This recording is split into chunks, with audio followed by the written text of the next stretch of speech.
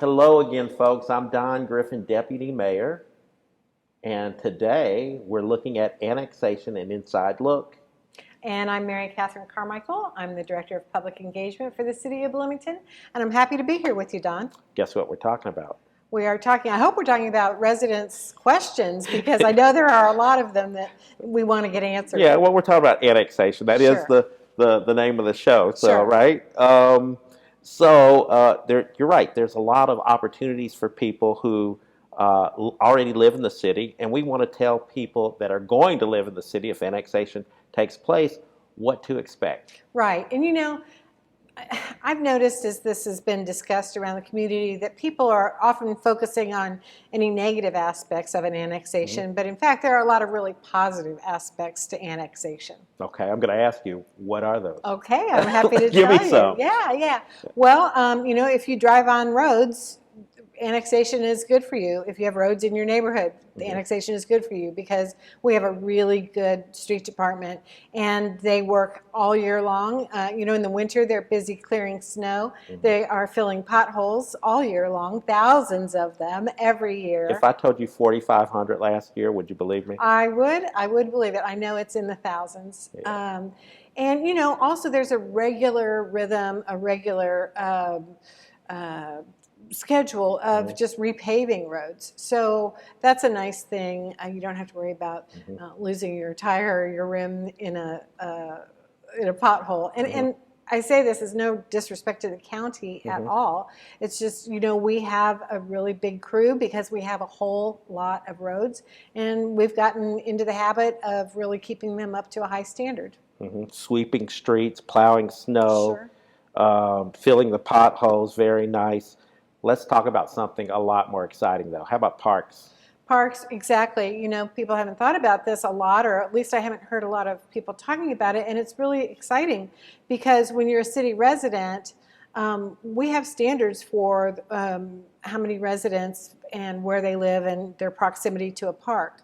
So I imagine at least 2 new parks will come online. We don't know parks. Yeah, we don't know exactly what annexation is going to look like at this point. So you know, it's hard to predict.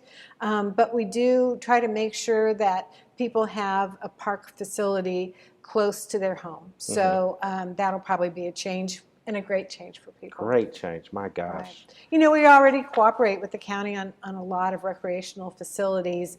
If you think about the trails around here, a lot of them may start in the city and end up in the county, or vice versa, depending on which direction you're walking. But, you know, it's very common. So I think you can count on an increase in that sort of thing as well. Fantastic. So there's a lot to look forward to, Mary Catherine. However, at the same time, we have questions about things that people are used to that currently live outside of city limits. Right. And so they have concerns and questions about some of the things that they're used to dealing with. So one is people asking, can they burn their trash? Right.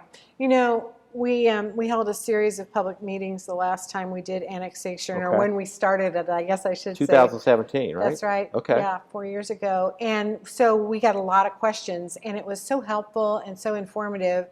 And so it helped us learn what is on people's minds that they are concerned about, that they may not, maybe they shouldn't be concerned about it because it may not be that much of a change. Burning trash, that one is a change. If you currently burn your trash outside in your yard in a barrel or something along those lines, you're not allowed to do that in the city. That is going to be a habit change. But the good news is you're going to get trash collection at your home and recycling collection cool. and yard waste collection. Okay, so no more stickers or orange bag. I don't have to deal with that. No, none of those things. There is a monthly charge based upon how big you would want your containers to be. You're going to get a City of Bloomington utility bill, and on that bill will be your water, your wastewater, and your trash. So I can't burn trash. Right. But I can have a bonfire, right? You can have a wood bonfire. Okay. The idea is you are the intention for your fire is that you're going to cook on it. Okay. So you are allowed to have a wood fire. Of course, we always urge people to be very safe and careful and not to let those fires get out of control. Okay. Okay. Now, what about my animals?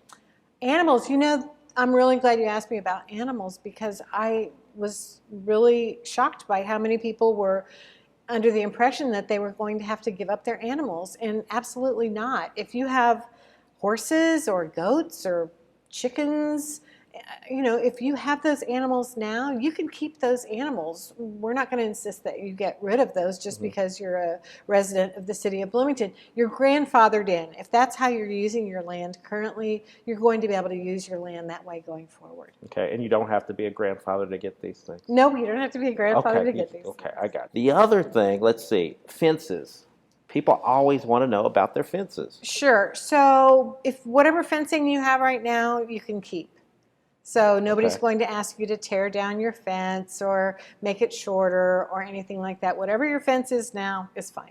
Okay. And then there are some things that the city and county already cooperate on. For example, if you want to put an addition on your house, you already have to ask the county, file for a building permit. Exactly, you have to file that paperwork. And so that paperwork has always gotten filed at the county. And then the city will also get a copy of that and review it and have to sign off on it. But as far as what your resident experience is, it's really not same thing. Change. Yeah. Okay, and to demolish your building also. Same thing? Same thing. You go to the county for that and have to get permission to do that. We have to keep in mind that the city is part of the county already. That's right. We're all the same family right now anyway. Right. If folks in the proposed area for annexation have a rental property, would they have to register it with the city now? So you do have to get a rental permit from the city, and we do that as a matter of course. Everybody who has a rental registers that with the city, so we can keep track of those units. And that's a positive because we have standards. You have to have your property inspected. That's right. You have to get a permit through the city when you're in the city limits to make sure that place meets rental code. That's right. That's right. So if you're renting, it's a good thing. Yeah. Yeah. Let's see, what else do we have? Can folks keep guns in the city? And how about shooting guns on property if it is annexed? Okay, that's a really good question. So yes, absolutely. If you have guns, keep your guns. Nobody's going to try to take your guns. However, because cities are more populated than the country tends to be, you cannot fire your firearm within the city limits. You'll need to find another place if you want to target shoot or something like that. But of course you can have your guns. Okay. All right, so that's good. How will I pay my city taxes? That's the other question. Super easy. How do you pay your county taxes now? Same thing. You just pay your county taxes, and then the county is responsible for dispersing the amount of tax that the city is owed. So you don't have any extra steps. It's just going to feel and look and be the same as it is now. Okay. Now, if people have any other questions, how do they reach us? So really easy, just go to our website. There is so much more information about annexation there. There are questions, answers, more questions and more answers, I guess I should say, and email addresses if you have a specific question that you'd like to have answered that you don't see answered elsewhere. And phone numbers. You're welcome to give us a call too. We're happy to talk about this. We know there's a fair amount of concern and question, and you just need to get these questions answered. And believe me, staff is more than happy to help you out. Fantastic. My name is Don Griffin. I'm your deputy mayor. This is Annexation, an Inside Look. I'm Mary Catherine Carmichael, Director of Public Engagement. Thanks for watching.